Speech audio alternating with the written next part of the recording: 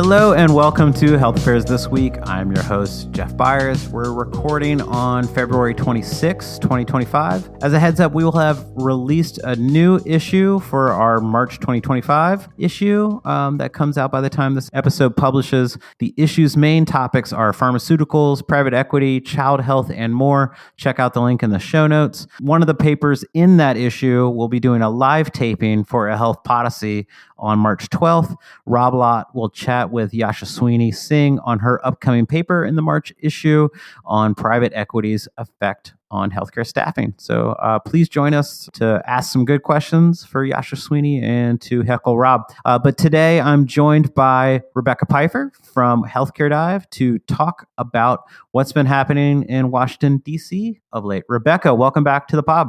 Thanks for having me. Yeah, so as a quick reminder, we're recording this at the end of February, and this episode will go live on March 7th. So let's acknowledge up front that maybe some of this information will be a little bit out of date by the time you, the listener, hears this.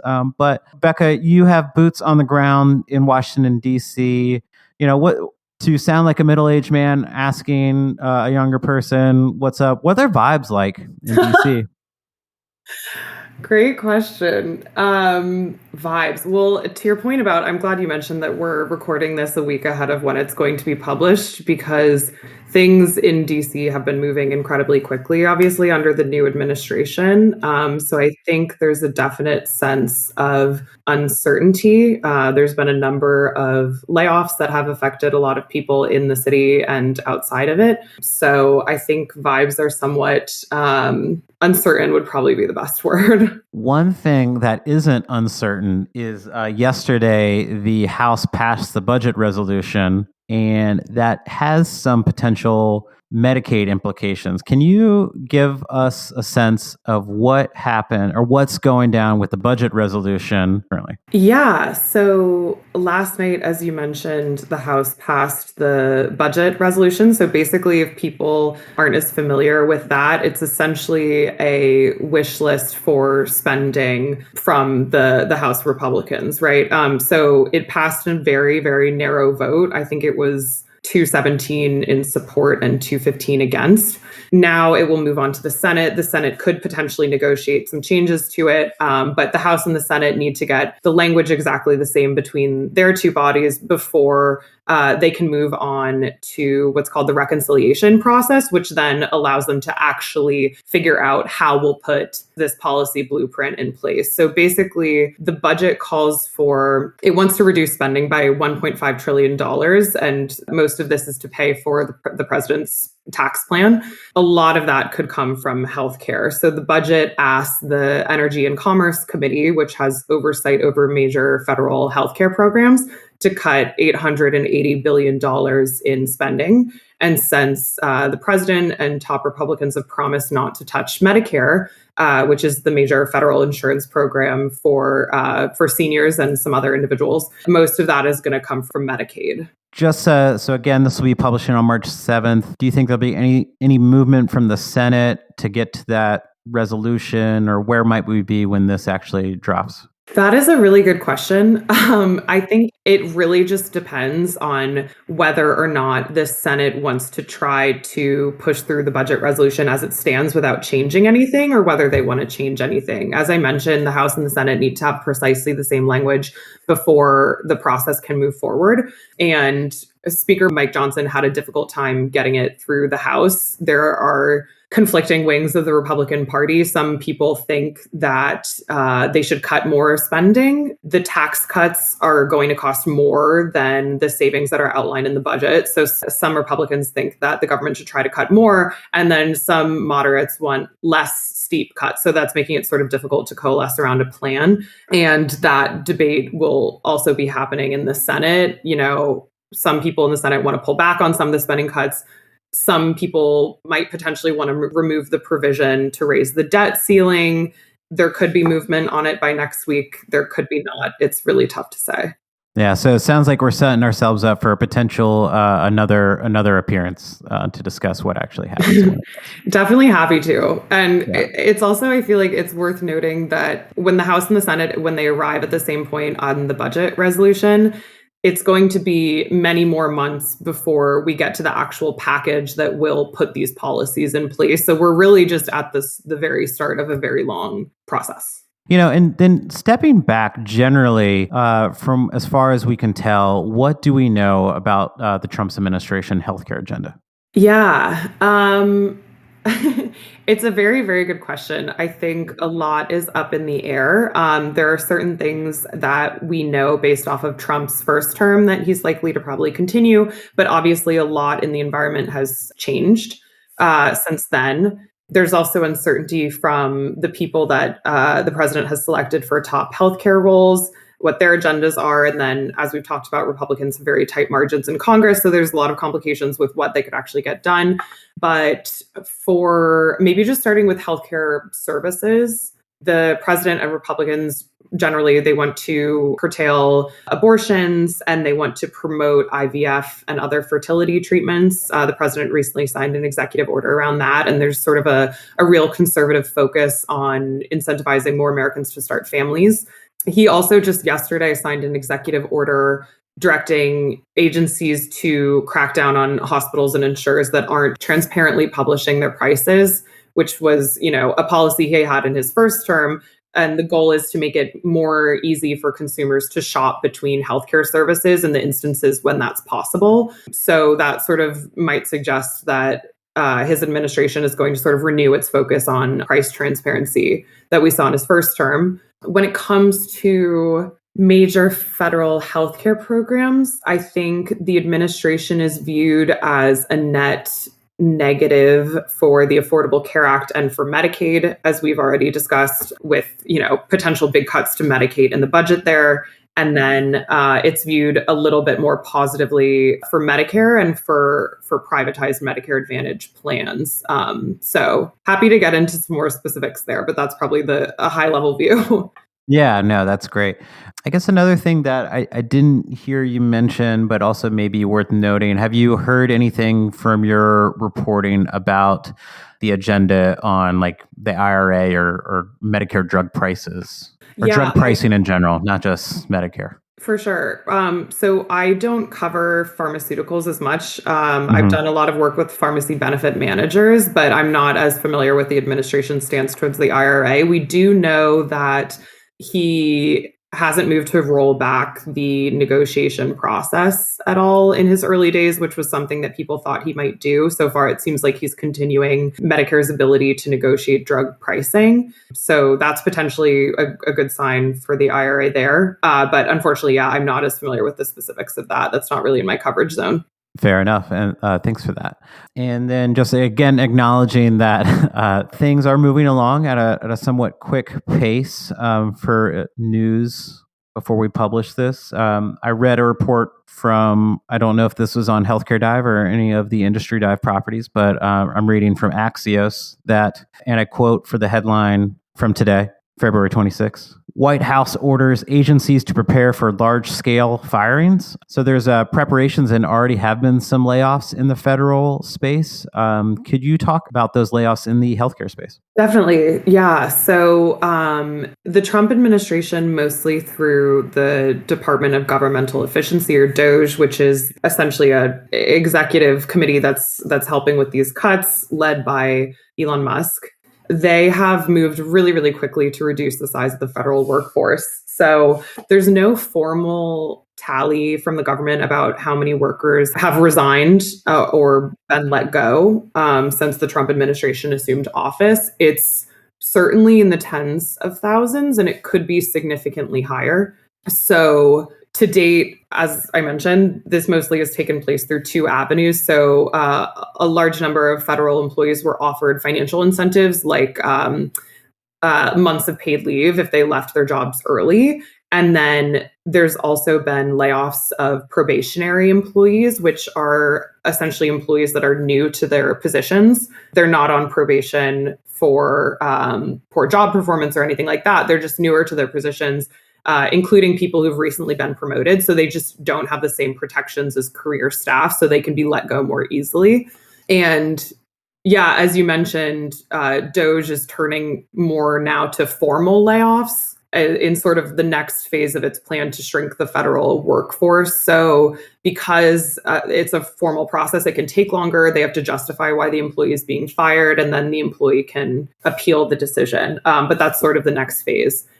So these cuts have been really, really broad. They've been across a range of agencies, but in healthcare, people have been let go from a slew of HHS agencies like the CDC and the CMS and the FDA and the NIH. So they're really across the board. Yeah, and then again, my apologies for quoting Axios to an Industry Dive employee, but that's okay. Axios does great work. That's right. The same Axios article from Emily Peck says there are about 2.3 million federal employees, not including the Postal Service, just to have some context for those numbers there. And then kind of going back to the policy aspect of it, Medicaid and Medicare are both politically sensitive programs. What are you hearing from sources about the future of these programs? You mentioned in the sentiment, Medicaid is a net negative, whereas Medicare and Medicare Advantage specifically is a net positive. What are you hearing? What might we see? Maybe starting with Medicaid, just because it seems like there's going to be potentially more near-term action. So Medicaid is the insurance program for low-income people in the United States. And Medicaid really expanded over the pandemic. And since then, it's contracted a little bit because of eligibility checks that states have had to do. But right now, Medicaid and the Children's Health Insurance Program, they cover about 80 million Americans. So it's major, major, major program. And Republicans right now are likely going to have to turn to Medicaid and cut Medicaid to reach the targeted cuts that they want to reach, right? Cuts to Medicaid could take a lot of different forms, which I'm also happy to go into. It gets a little wonky, so I can avoid it if that's less of an interest. But pretty much everyone thinks that Republicans are going to try to cut Medicaid this year because the budget essentially forces them to, the budget proposal. And cuts to Medicaid impact a lot of different actors. Reducing federal Medicaid spending essentially puts the burden on states to either increase their spending to keep services and eligibility the same, or states, which are already really stressed to cover their share of Medicaid spending, will have to cut eligibility or services. And that's assuming that the federal government doesn't decide to do something like work requirements, which would cut eligibility on its own. So depending on what the federal government and what the Trump administration decides to do, a certain number of people are going to lose Medicaid coverage in the United States, which, has obviously a major impact on the beneficiaries themselves, but also has a very major downstream impact on healthcare providers. Providers already say they're not paid enough by Medicaid to cover the cost of patients' care. And then if a greater share of those patients are uninsured, that raises the burden of uncompensated or unpaid care on providers, especially in low-income areas where there's a greater share of Medicaid individuals. And that could, pressure providers financially, potentially put more providers out of business. And then it will also lower funding for insurers that contract with states in managed care programs. So very far-reaching impact of these potential cuts on Medicaid, depending on what the federal government decides to do here. On Medicare... Yeah, real quick on that. Not to bait and switch on listeners, but Health Affairs is hosting a insider-only event on March 19th, specifically on Medicaid's uncertain future. So we have some great speakers lined up for that, including Jennifer Talbert from KFF and Aditi Vasan from Children's Hospital of Pennsylvania, and more. We'll put the links in the show notes of that. If you're not an insider, sign up to be an insider, and you can also watch all of our past events. But yeah, good pitch. Doing a quick plug. No, it's important. It's important. I totally get it. No worries. So then quickly on Medicare. Medicare it's politically relatively impervious. It's very difficult to touch. Seniors are such a powerful voting bloc. So the Trump administration has promised it's not going to touch Medicare. So no cuts coming from Medicare. And the big question with Medicare is what's going to happen to Medicare Advantage plans. So Medicare Advantage plans, they're basically privatized Medicare plans where private insurers contract with the federal government to provide Medicare coverage to seniors. And MA plans have grown really significantly over the past decade. And that growth is slowing a little bit according to the most recent enrollment data we have. But there's a lot of controversy over Medicare Advantage plans. They can restrict benefits in a way that traditional Medicare plans can't. So Congress has been more skeptical of the plans recently. The Biden administration promulgated some regulations to try to cut back on overpayments to the plans. And that's sort of the environment that plans are in at the outside of the Trump administration. And then the Trump administration could be better for plans because the Trump administration could raise reimbursement to them. Reimbursement rates were a little more positive under the Trump administration than they were under the Biden administration. But at the same time, plans are there's perhaps more scrutiny on the plans now than there was 4 years ago. So another area where potentially it's a little tricky to say precisely what's going to happen, but net, the Trump administration is viewed as friendlier to the Medicare Advantage industry than the Biden administration was. So kind of transitioning then, Rebecca, thanks again for joining us on Health Affairs this week. Always a pleasure to have you here. Hopefully we can have you back shortly, but kind of transitioning to what are you watching in the healthcare business and politics space this year? Yeah, a lot. So definitely Medicaid cuts, what shape they take, if any, during the reconciliation process. Same as well, we haven't really talked about the Affordable Care Act as much, but there's very generous subsidies for ACA plans that have caused record enrollment in ACA plans at the moment. And those subsidies are scheduled to expire at the end of the year if Congress doesn't act to preserve them. So definitely keeping an eye on that because that has huge implications on both the 24 million people who have ACA plans and then also the insurers that offer that coverage. Keeping an eye on both those things. And then I'm really interested in the FTC and the DOJ and how they're going to operate under Trump. That's another area sort of where potentially people have made a really different prediction based off Trump's first term versus now about what they'll do. There's a really interesting ideological split among Republicans right now about antitrust efforts and how exactly they should combat or should they combat really consolidation and M&A. And recently, Trump's FTC chair, Andrew Ferguson, elected to keep stricter merger guidelines that were put in place in 2023. So that was sort of a surprise for some people in the industry. So definitely interested in how the FTC and how the DOJ under the Trump administration will operate and what that means for the companies I cover. And then the other thing that we haven't really talked about is PBMs, pharmacy benefit managers, what stance regulators in the Trump administration will take towards them.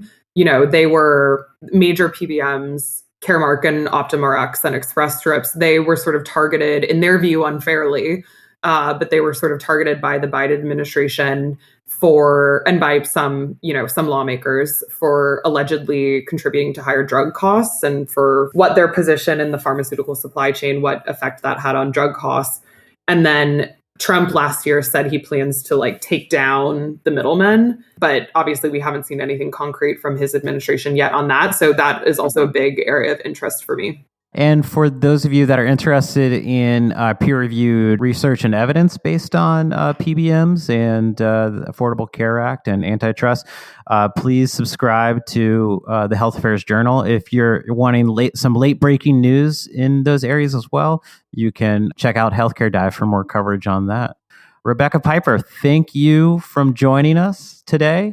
Is there anything you want to promote before we send the listeners on their way? No, thank you so much for having me. I guess just to add on quickly to what you said, subscribe to Healthcare Dive if y'all haven't yet. We have a daily newsletter goes out. We cover a variety of hard news. We do a lot of analysis into the trends that are shaping the sector and totally free to sign up. So yeah, that's it for me. And thanks for having me, Jeff. Rebecca Pifer, thanks again. To you, the listener, if you enjoyed this episode, please share it with a friend, leave a review, all of that good stuff. And we will see you next week.